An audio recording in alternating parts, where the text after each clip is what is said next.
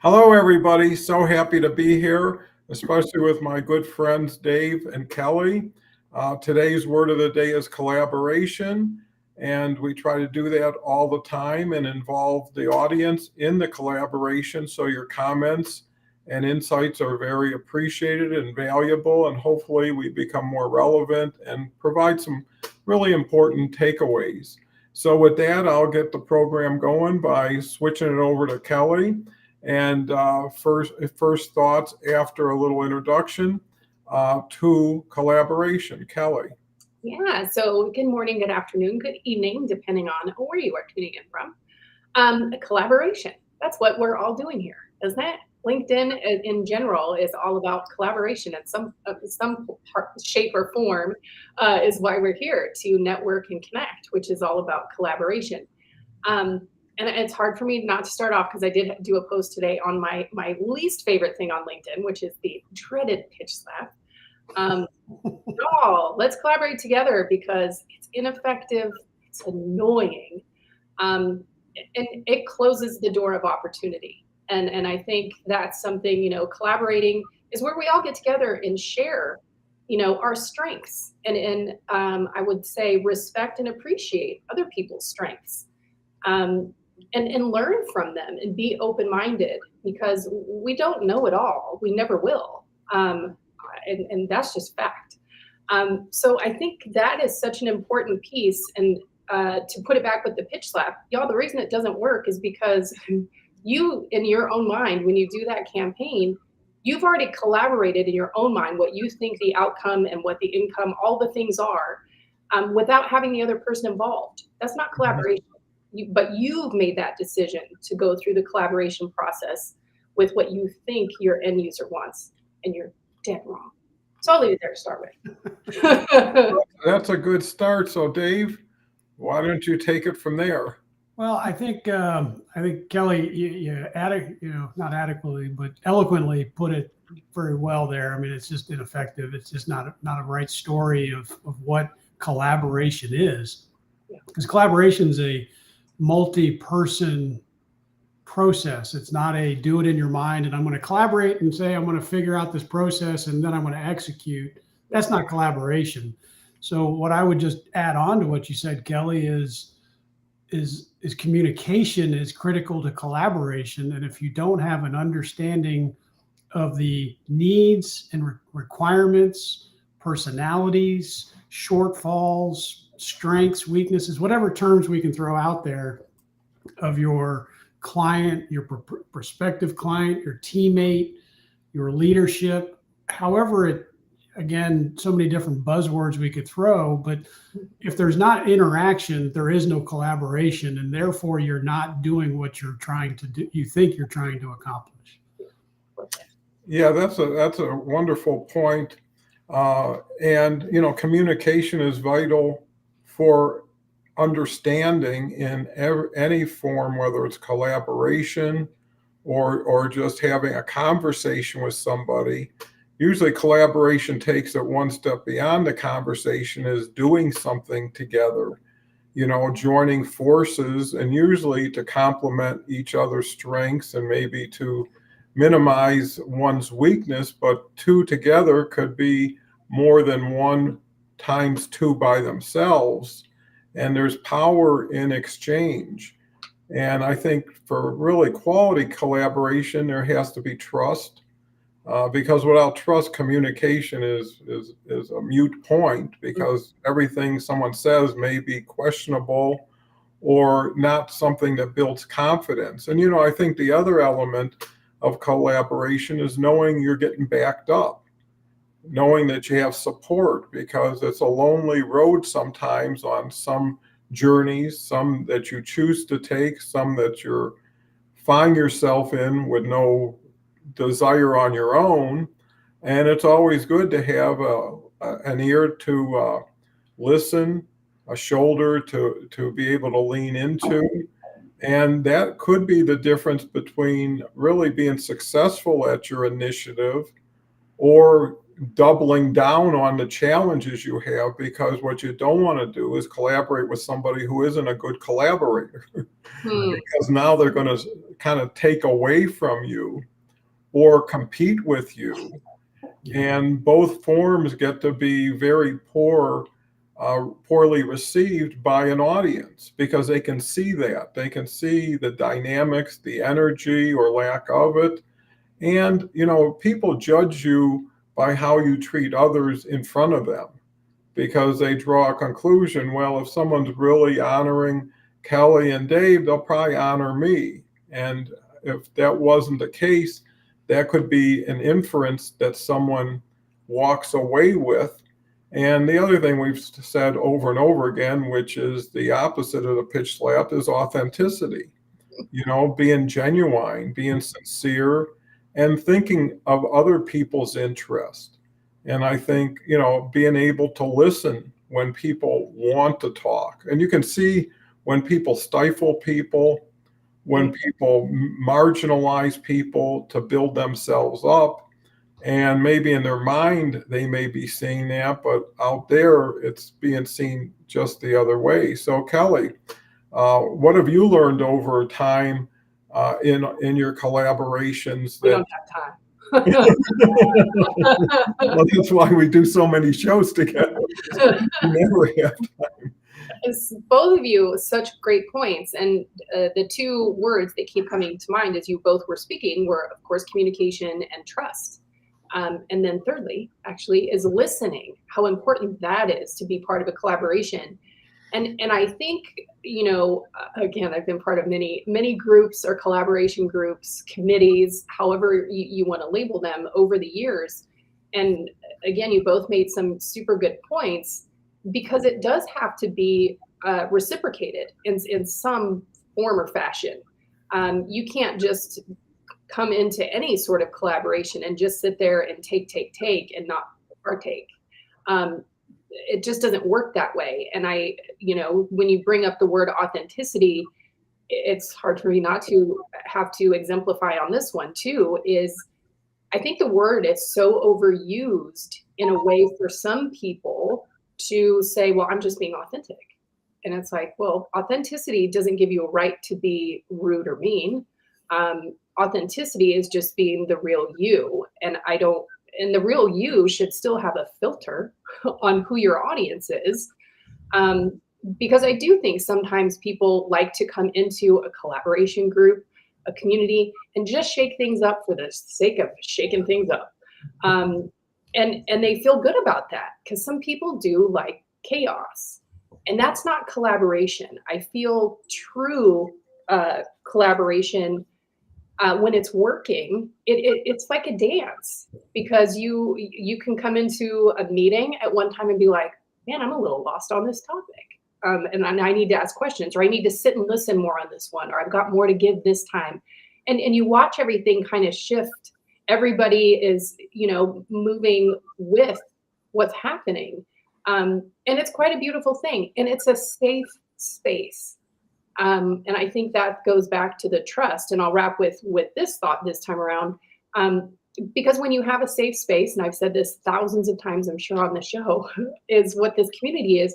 You have a safe space, people are more apt to take risk and do things beyond what they even thought possible. So providing that safe space of trust, you all as a collective will achieve things that you individually never could have even imagined or, thought of.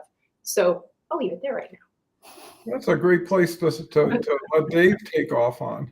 I can't beat that, but I will try to. Collaboration, not a competition. Yeah, it's very true. As you were talking, Kelly, it occurred to me, what's my experience with this, and your change comment really triggered. I can't stand the sake of change for the sake of change. Yeah. And too many people come into organizations, and I saw this many, many times, and I'm thinking a couple in particular, where, well, I'm the new guy and I've got to make change to make an impact so that I can get the promotion, that I can get the good reporting and the accolades. It's about me. And instead of taking some time to assess the situation and say, okay, where are the strengths and weaknesses and where can I have an impact? Oh, I'm just going to come in and change it so that I can stamp my name on this. And in which case, to your point, Kelly, it drives risk down because you don't know what that person wants if they haven't communicated it well, or if they're just coming in to stir the pot. Well, that's not teamwork. That's not collaboration. That's not moving the system forward for the sake of the positive. It's for your own well-being. And I saw that many times in commands that I was at in the Navy, and one in particular, the ship, my first ship, we had a couple of guys just had no clue what they were doing. And I was just having dinner with a couple of the guys from that ship, and they're like, these were mid-grade, officers who were trying to get command and XO of a ship eventually. And it was run by the junior officers, the new guys, the guys with less than 2 years of experience in the Navy, because these guys were all fighting amongst themselves of trying to stir the pot and make an impact for the next promotion. And that's just not healthy. We kind of, you're almost afraid to take things to the next level on the chain of command because you didn't know what you were going to get shot at for. Yeah. Literally, but figuratively shot at. And it's not healthy for anybody. You want to have a positive impact on somebody. Understand where each command, each business, you can be in the same field, but each organization is going to be different based on personality and clientele, based on region. So assess it before you just come in and say, well, this is how it worked over here, so I'm going to do it there, and I don't care. Yeah, I think that, in life situations, personal, business, professional, you're always going to encounter new and different people. And I always kind of have to pause a little bit because there's always a tendency to jump into a conversation, especially if you're excited by it and you start finishing someone else's sentences for them without really knowing what the finish they had intended, or guessing something that would have been told to you pretty soon anyways. And you're really cutting somebody off, not building somebody up, and you're really showing that you want more oxygen coming to you than to the other person. And, if you're transactional, that makes a lot of sense. If it's one and done, if, sometimes you buy something like a car you may not buy for 10 more years. You don't expect that salesman to be there in 10 years. Some are. You're looking for the best deal and they're looking for the best deal for them. And it is a competition to a point, but it doesn't have to be, because both elements are not independent of each other. You can be kind and thoughtful and generous and honoring people and still get your point across, and allow them to maybe guide you, because, there's a saying, you can't pour anything into a bottle until you take the top off of it. And some people haven't really engaged enough to have somebody open up and feel like I'm listening, because most people are distrusting, right? They come into it, where's the catch here? Where do I have to be careful? And when you put people at ease, explaining your intention for what the meeting is. I'm not here to sell you. I'm just here to share something with you, and I respect whatever you want to do with it. Well, that would put somebody at ease. And it also says I'm not against having a second call. Right? This could be an exploratory call where we kind of just see, is this a good match? And it's a better investment to get it out front than to surprise somebody, especially when they knew you knew before and you didn't say anything. It's one thing if an unexpected situation comes up, it's like, okay, well, someone got sick or a car broke down or whatever, I understand that. But it's like, well, you knew that when we started and you never shared it with me, and now I found out, which means everything you probably ever told me, I don't trust anymore.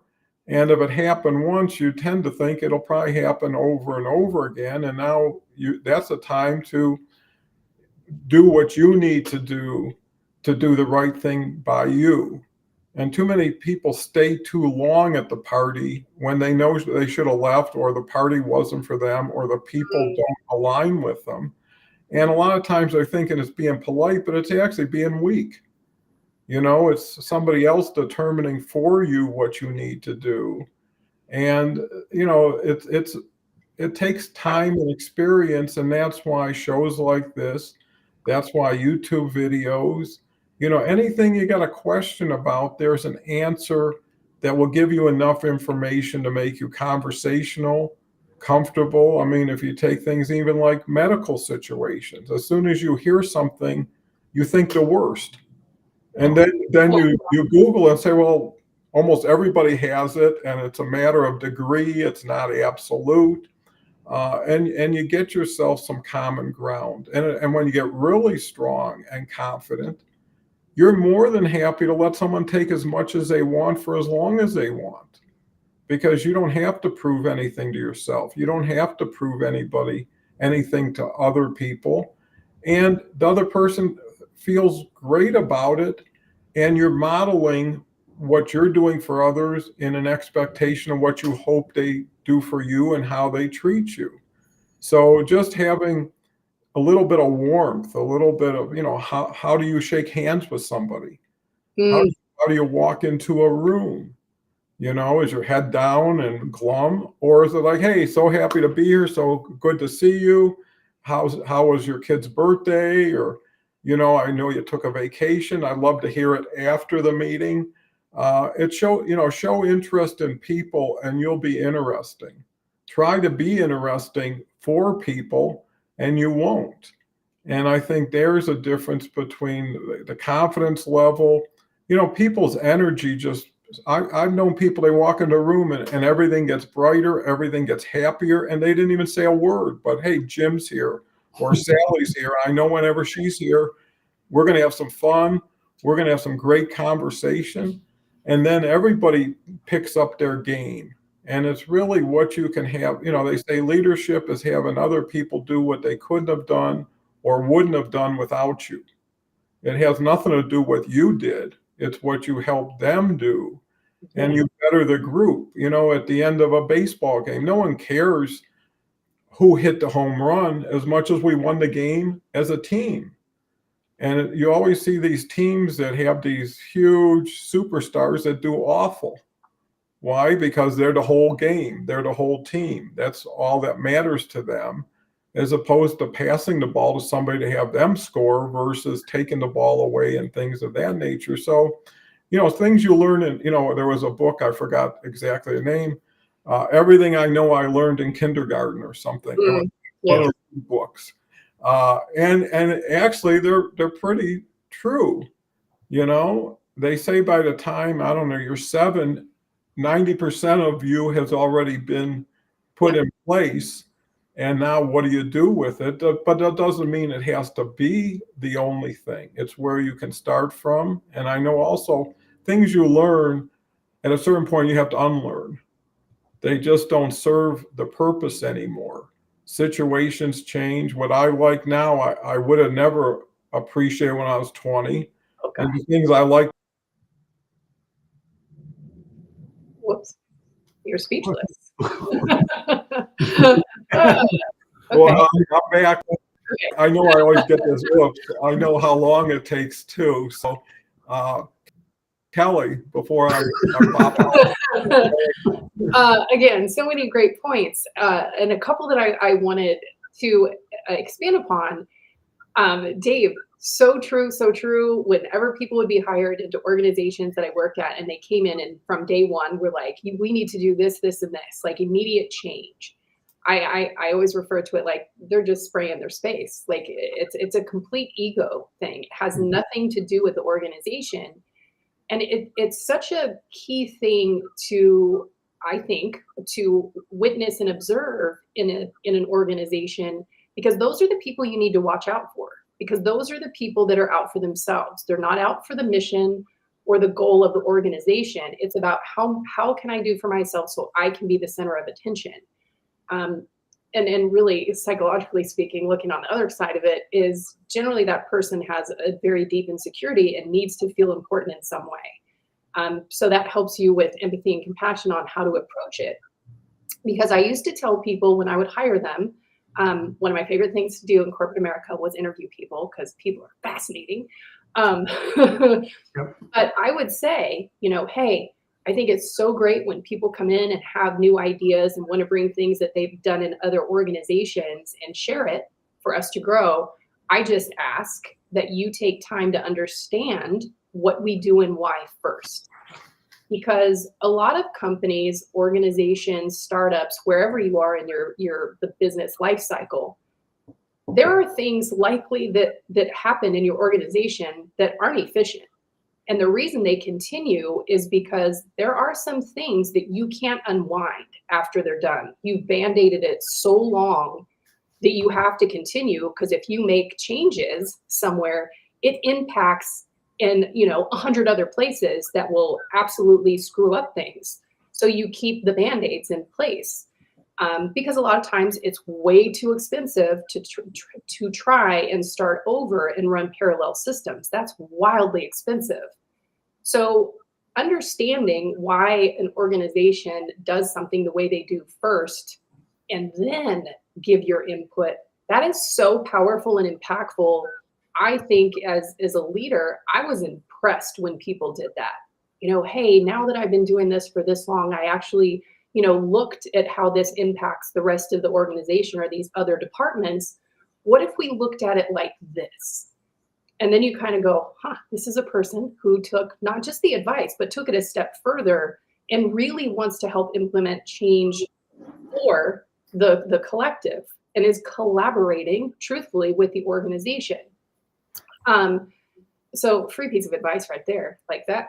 We could drop the mic right now. I feel terrible that I'm just patting myself on the back, but that is just like seriously big stuff. And then the other thing, there was so many things that you all just said, and I can't think of it right now. And that's what happens live. I forget stuff in the middle of it, but I think that was enough for this time around. So I'll toss back over to Dave.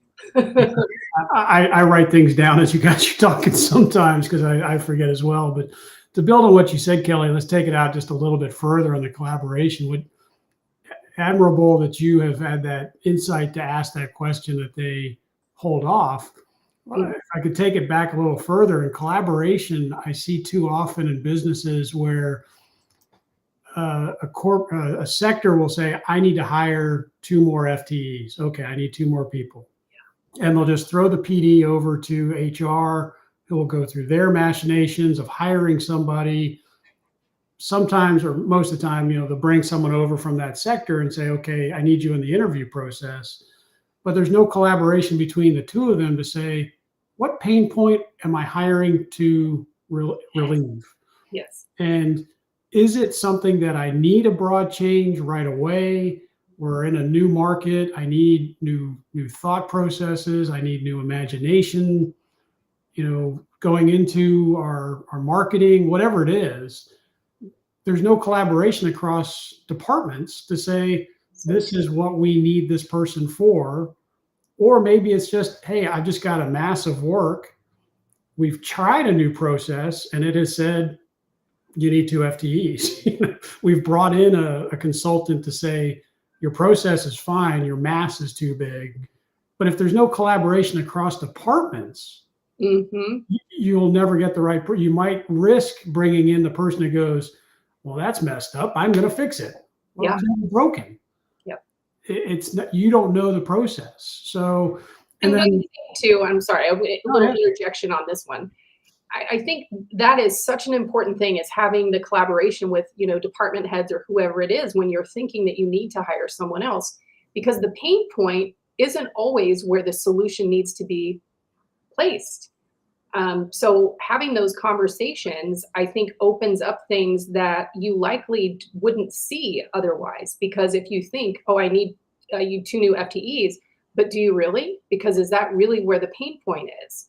Because you might end up identifying you actually only need 1 and you need to hire someone else in a different department, because that's where the pain is actually starting. So there you go. No, it's so many times I see people, go into department meetings and it's just here's what I did this quarter. Here's what I did this last week. Here's where my people are. And oh, I might lose this person, and HR, you need to know, Mhm. and that's it. And there's no, where are we going strategically, and how does that impact everybody?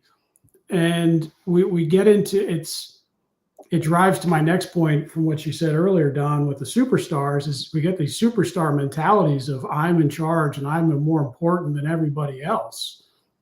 So I don't need to worry about HR or marketing because I'm operations. And if without operations, nothing else happens. If I don't sell stuff, but you got to market it, Yeah. and you have to hire people and you got to take care of those people in operations. It's just a machination that people lose sight of. And the point that I was going to make is a quote from Ted Lasso. It's a soccer football analogy where he talks to one of the superstar. He thinks everything revolves around him. Is Ted Lasso is full of great quotes. If you've never watched the 3 seasons, I've only seen one, but I've seen clips of it. But he looks at the superstar and says, Jamie, I think one of these days when you realize that you're not just one in a million, but you're one of 11. You're a part of this team. You're not just one of the whole world. That's powerful. And without that team, we're not going anywhere. If we're just relying on you, we're done. You got to pass. You got to share. You got to communicate. You've got to do all these things, and it has an impact and a connection, I think, to what we're talking here today with collaboration and communication.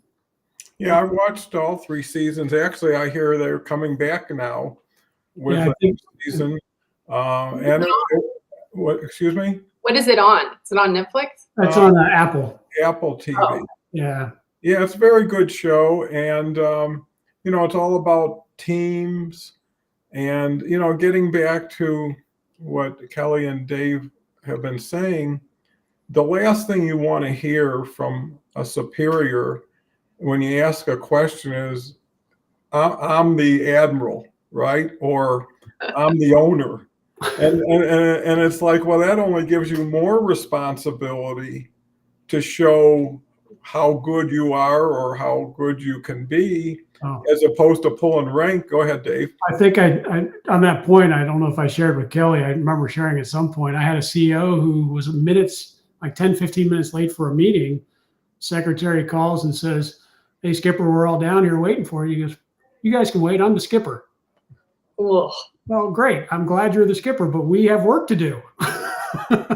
Thanks for valuing our time. Well, that's a real collaboration killer, because when you start pulling rank, Ego. or you say, because I've been gifted this position or this title, and some people treat people the way they were treated when they came in. So how you bring someone in is how they'll probably bring their own people in. Or sheer insecurity and trying to push what they think power looks like. Yeah, well, a lot of times they don't trust themselves and they don't trust their people. And you also have those people that as soon as you do it, call me and I'll tell you what to do next, right? So they're never delegating. They're always involving themselves in situations, but they never take responsibility or accountability if it doesn't go right. So they got a safety thing to say, hey, I gave it to John and he screwed it up. And now John's gotten the worst of both worlds, where he didn't have the responsibility, but he had the accountability for how it turned out. And that is not going to make people want to follow you. If anything, everybody's going to watch their backside and make sure they're covered before they say something. And you go into meetings that there's only one person talking because no one wants to say anything, or you get that everybody tells everybody what they want to hear or what they like to hear. And then you just, that's a kind of company that's going nowhere fast, and maybe a opportunity to start thinking about your options, because it's the opposite of being authentic. And different people, okay, I'm going into her office. I know how she likes things. That's how I'm going to be. Now I'm going into his office. I know how they like it. And all you become is plastic over time. And you start feeling bad for yourself. You start feeling like I'm giving a piece of my soul up every time I walk into this building, but they're paying me well. Looks like I could be here as long as I want. But who are you becoming? Not how much are you making? And then how proud are the people around you? You know, you got those movies like I remember Scarface, to give you an example. And the reason I say it, I'm starting to read Al Pacino's life story. It just came out a couple of days on Audible. And the scene in Scarface is, you know, he's making a lot of money now, just getting going. And he goes to visit his mother and he puts a lot of money on the table, you know, and says, here's for you, mom, and for his sister. And his mother gets real upset and throws the money at him and says, this is dirty money. I don't want anything to do with it. You're just a gangster, you know. And in some ways, she was absolutely right. And it took all the air out of him because he wanted to show he had finally made good. He was able to support people. And she just had too much pride and honor to take, let's say, dirty money from him. Mm. And when you do things and you have family or friends and they know what you did, you lose a lot of Respect. value in front of them, right? If you did something really bad and made out with it, you know, that's not a good sign. So I think, you know, the opposite of taking things for granted is having gratitude, having appreciation for the little things. And you know what? Never put yourself in a position where you have to do something that is counter to your belief system or your values. You know, there's always those people say, well, no matter how much money they gave me, I wouldn't do it. Yeah. Well, if anybody put that money on the table, you know, and until it's there, will you really be tested? And it is something, and it's hard to walk away, especially when you didn't have to. But on your own volition, just say, hey, this is not for me. I can't allow myself. And you feel better later on for it, you know. And actually that happened to me a couple times in my career, is the money was huge, but the sacrifice was much too big for it. And if you don't need it, you don't have to take it. It's the people have no choice. You know, I got to eat, I got to pay my rent. I can't be a hero here. And I think that's what I always wanted to instill in my kids is don't put yourself in a position. And actually both of them, actually my son, when he was 23, was proud. And he said, you know, Dad, I got 2 years worth of income saved up already. I'll never have to work for anybody or anything I don't want to. And I said, well, I'm real proud of you, Jonathan, because that's not typical. Usually people get money, especially kids, and what can I buy? What can I spend it on? And they've all been very, very modest, you know, in their expenses. And now they've even got a better future ahead of them that they would have never had. So I think mentorship goes a long way. People who can set you straight from the beginning and who have been there and maybe say, you know, and you can't tell people what to do. And that's another thing, you know, it's like, because I did it, you should do it.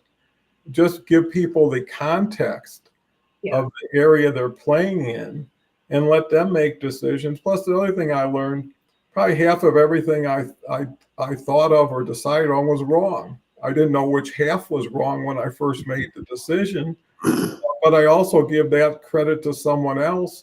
And sometimes you got to get hurt a little bit to feel it. You know, that's another thing about advice.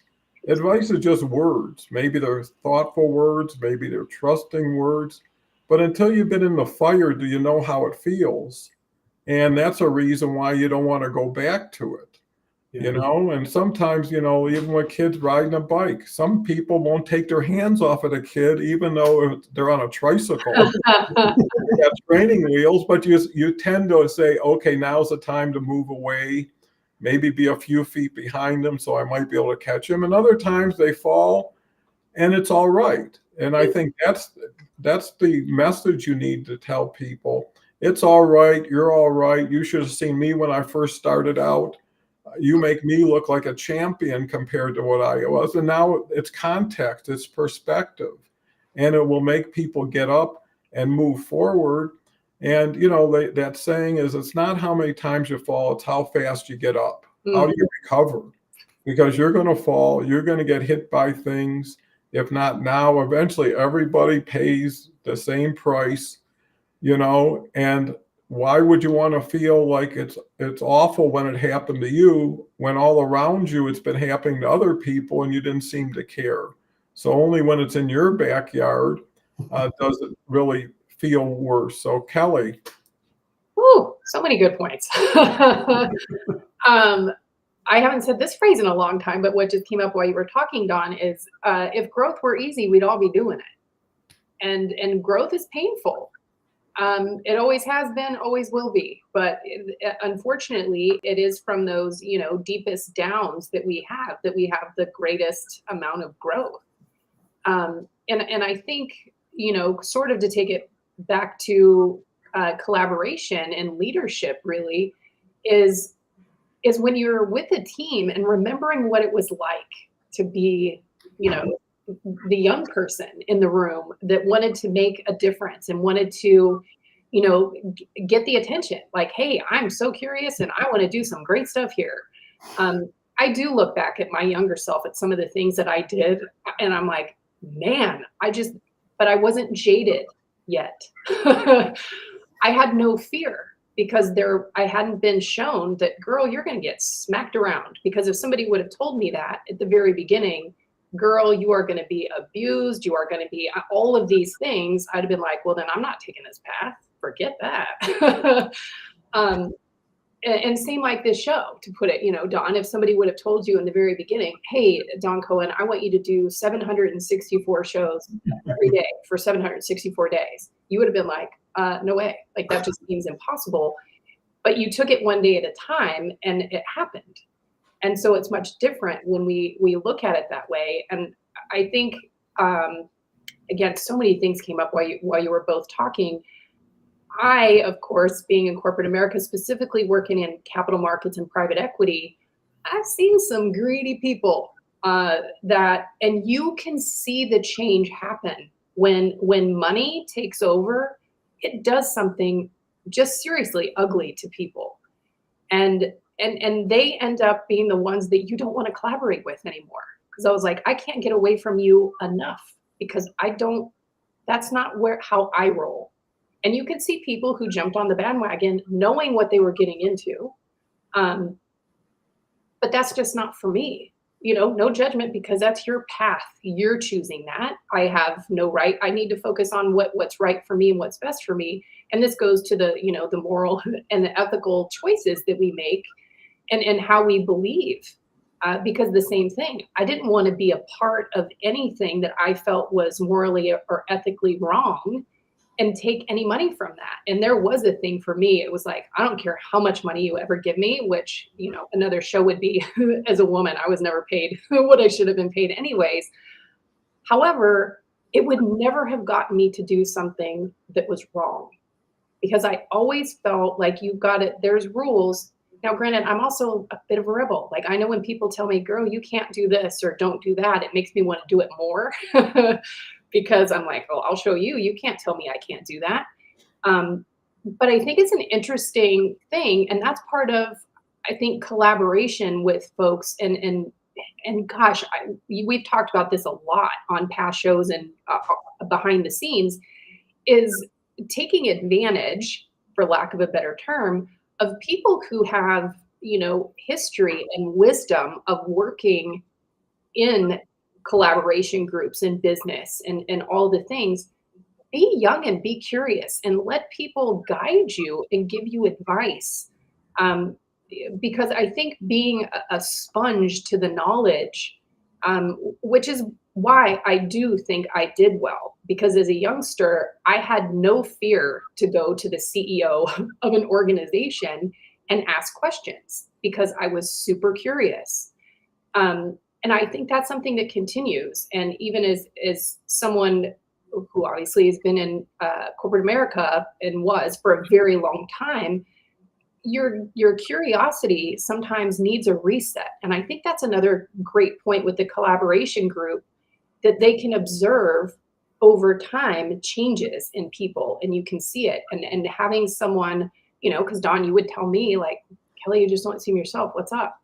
And we've had that. That's part of a collaboration group, I believe, as well, is kind of mentorship, peer support, all the things, because it's life and we all go through stuff. It's not just great when we show up at a collaboration group and everybody's business or goals are thriving.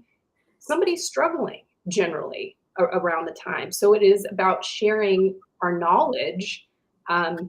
So I encourage anyone who is a youngster, go out, reach out to people who have been around for a while, because I guarantee you someone is going to say, absolutely happy to jump on a call and see what I can do to help you, or please join our collaboration group. We'd love to have you. Is that Dave coming back? Mm-hmm. So there, you have no idea what I was just talking about. So I'll throw it. My back. Dave, your turn.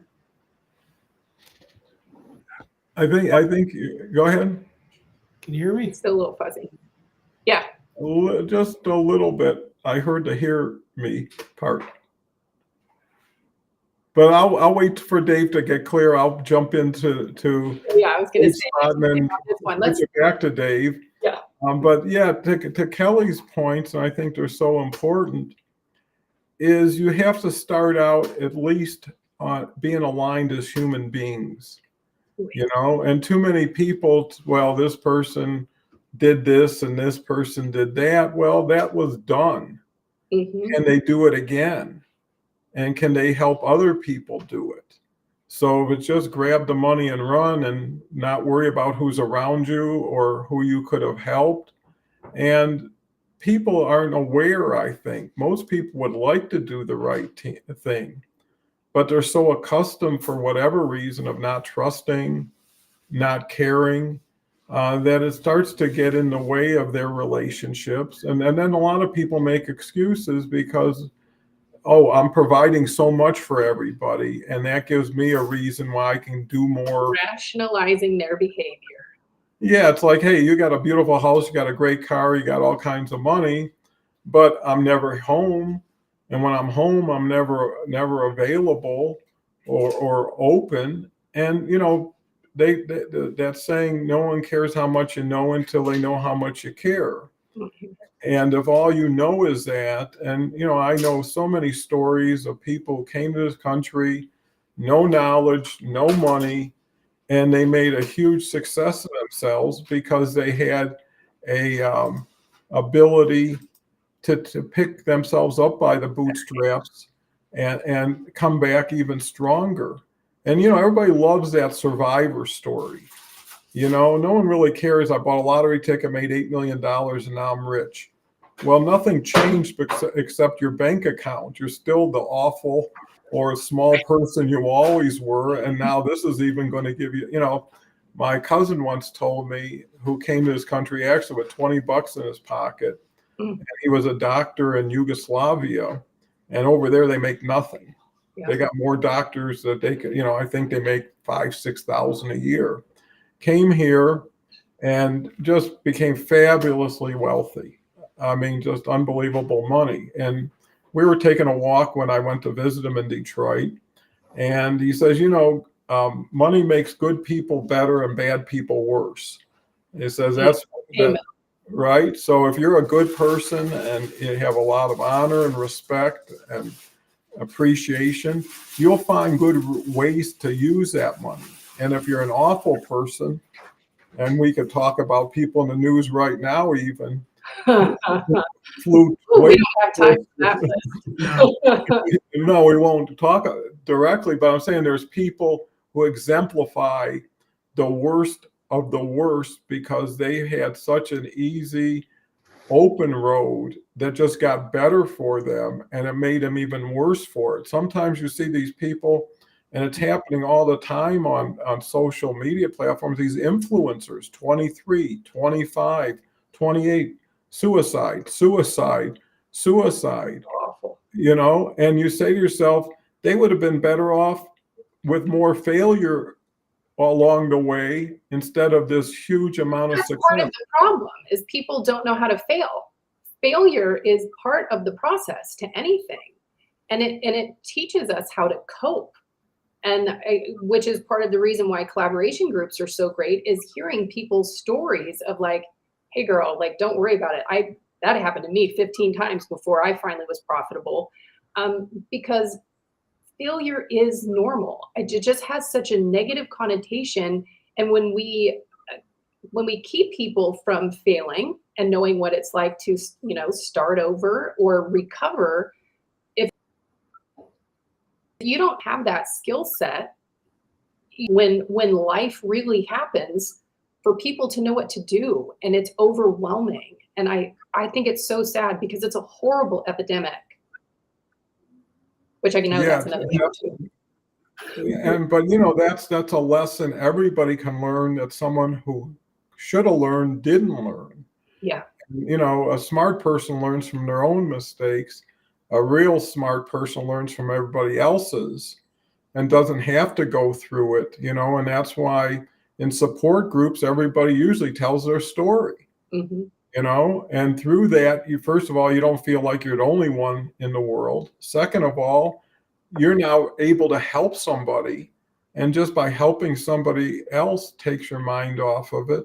And there's a study that says when a spouse dies, you have 500 times the probability of having a heart attack in the next 48 hours.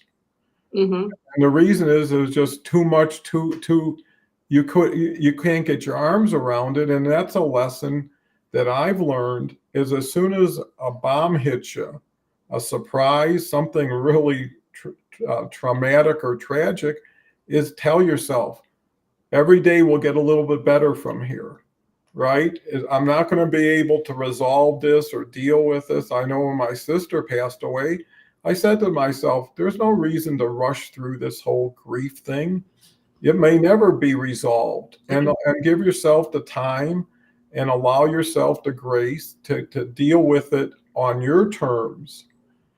Because now you don't want to be the person that someone just became for you.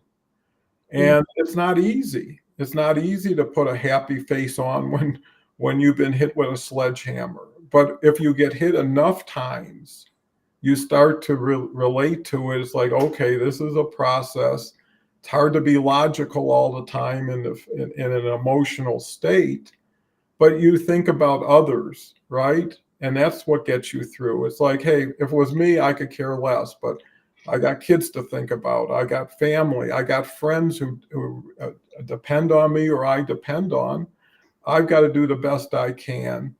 And sometimes you do and sometimes you don't. But other people want to be a martyr. Some people feel unless I'm suffering, unless I'm sacrificing. I mean, in the old country, some women would lose a spouse and they wear black the rest of their life. I mean, that's just what they were in, was eternal mourning. And, maybe it was the culture, maybe it was how they got brought up, and maybe it satisfied them. I'm not to say anything's wrong, but life is so precious. And, even Ann always says when someone passes away, oh, that lucky dog, and it's hard to appreciate all the time if you don't know her. But it's like they've now arrived, they've now gotten out of their pain and their challenge. And you always want to keep people around longer because you love them or you, but there's a point where you got to say it's okay, and I know collaboration is about relationships and communication. And even when my mother was at the end of her days and she was in hospice for a while, the whole point was it's okay. You can leave if you need to now. We're going to be okay. Everything will be fine. Don't worry about us. And that's not easy, but it's necessary. And people need to hear that. And I think that's another thing whenever anybody's going through a challenge, I'm here for you. And if you want, we'll just sit on the couch and not say anything. Yeah. right? I find that people, I mean, wow, we've taken a turn. Find that people in situations like that feel like they're supposed to say something profound. And I really, because that was a struggle for me when my dad was killed when I was a kid, and which we just had 37 years ago this past Tuesday, which is mind blowing to me. But people said some of the dumbest things to me, and as a kid, you don't know how to process it because some of it really pissed me off. Um, but I think you make such a great point, and this is something to learn from people. And I feel that was the gift for me later in life. I had a girlfriend whose son was killed on Mother's Day. Um, oh, goosebumps still to my core on that one. And I just remember going up to her and I just, of course, gave her a hug and I said, I wish there were words. Just know that I'm here for you. And she came to me later and she said, you know, you were one of the most comforting people for me that day because you weren't trying to make conversation with me. You just let me know you were there. And that's what I needed because it's exhausting when you're trying to continue to tell people because people come up and hug you and start crying. And then you feel like you're the one that's having to console them. And it's like, I don't have the capacity to console others. I'm overwhelmed in my own grief. So I think those are things too, and how we take the life lessons. You know, if you would have asked me 37 years ago how I felt about this past Tuesday, I probably would have had to been bleeped a lot, and I probably wouldn't have been able to get the words out of my mouth because I didn't know how to describe it. Today, though, I sit here, and even this past Tuesday, because my brother and I've been spending a lot of time with him lately. He lost his father-in-law this year at the age of 93. And it doesn't matter how long, and he was the second father to him. He was so good to my brother, and I loved him dearly as well. But it's never long enough for us, right? It doesn't matter that he lost his dad 37 years ago and just recently lost his father-in-law. It's still painful. But we were blessed. Like, what a blessing that I had the father that I did, that he loved me the way that he did, and how involved he was in the shaping of my brother and I. I wouldn't have thought that 37 years ago. I felt robbed. I was pissed. So it is about evolution, and it goes back to what we were saying earlier. If growth were easy, we'd all be doing it. And it is about how we look at tragedy and how we or any problem in life, any kind of trauma, how do we get through it? Because if you stay in it or avoid it, you're never going to heal and you're never going to evolve and get past it. So the wearing black after a spouse dies till you pass, I do think that's actually a cultural thing. But to me, I immediately thought like, God, that's terrible because you're actually saying I'm dying with you and I'm no longer going to live. And that's a hard one to take in. So sorry, we just took a real hard. Well, you know, that's the beauty of live streaming and being authentic is you say what you feel and you feel what you just thought because of what someone else says. Believe me, when someone says my grandfather was a great fisherman, everybody goes back to their grandfather, right? And has a remembrance of it. And I think that's important because, again, you can leverage off of what other people say. The other thing I've learned is no matter how bad something is or will be, I always know I've dealt with worse. Yeah, I always say, hey, it's awful, but hey, I've been through worse than this, and I can do it. But the first time it happens, you're so used to, like, especially as a kid, everything is dessert and fun and happiness, and you don't have a context. So Dave, I know you faced, like everybody, if you're human, you faced tragedy, hardship, disappointment, you name it. How do you address it? Well, first I'm going to start with that's the last time I come back in after an internet interruption because you guys. Wow. Yeah, we've all had to deal with struggles and losses, and bring up the word failure as I came back in earlier, and how we approach these things. They all have an impact on us, and I haven't been the best at facing up to some of those failures or losses. I keep going back in discussions with my loss of my best friend, 22 years ago, and I still struggle to go to his gravesite at Arlington to this day. I won't go with his family, who his mom was like a mom to me. I mean, I consider one of my three moms. I just haven't been able to go with her because I break down just too much as it is. But I realized that Andy was doing what he enjoyed. He was flying in a jet that he loved. I guess the day before he had flown, he'd said that was the best ride I've ever had, just jacked up and razzed. But as we get to the 55-minute mark here, I just kind of roll it up here is, failure. When you mentioned that, as I came back in, first thing that went to my mind and try to tie this in a little bit with loss is the failure is not an option, line from Apollo 13 scenario. And it reminded me of a couple of two main points here really, really quickly is all the collaboration and the lessons learned and the failures that had to go into to get us to the point where we had three men in space going around the moon, supposed to land, but couldn't because of an anomaly that wasn't expected. Their failure was not an option. Lives are on the line. No kidding. We're going to learn from all these failures we've had before, but now life is on the line. And when we look at collaboration and processes, and I've had many on both sides of this coin of, are there lives on the line or not? Mm. Because if there are no lives on the line, failure is a good thing. You have to collaborate to make sure that the failures are positives are taken from those failures so that you can move on. Otherwise, you just spin out of control negatively and go, well, if I failed once, I'm going to fail again, and I'm going to fail again, and ad nauseum. But if I can get someone else to say, well, yeah, that was a failure, and what did we learn from it? What can we take to improve on the process so we don't fail as bad next time? Then we win. But that's when life's not on the line. If lives are on the line, that's a different story. And I'm just trying to wrap things up in a little bit in the last 5 minutes. Yeah, those are good points because I say the same thing. I always relate, as long as we got our health and we have our freedom, we have everything we need. Money is so transitory. It comes, you can have it, tomorrow it could be gone for no reason that you had any responsibility for, but it's regrouping. Okay, we took a big hit. How do we recover?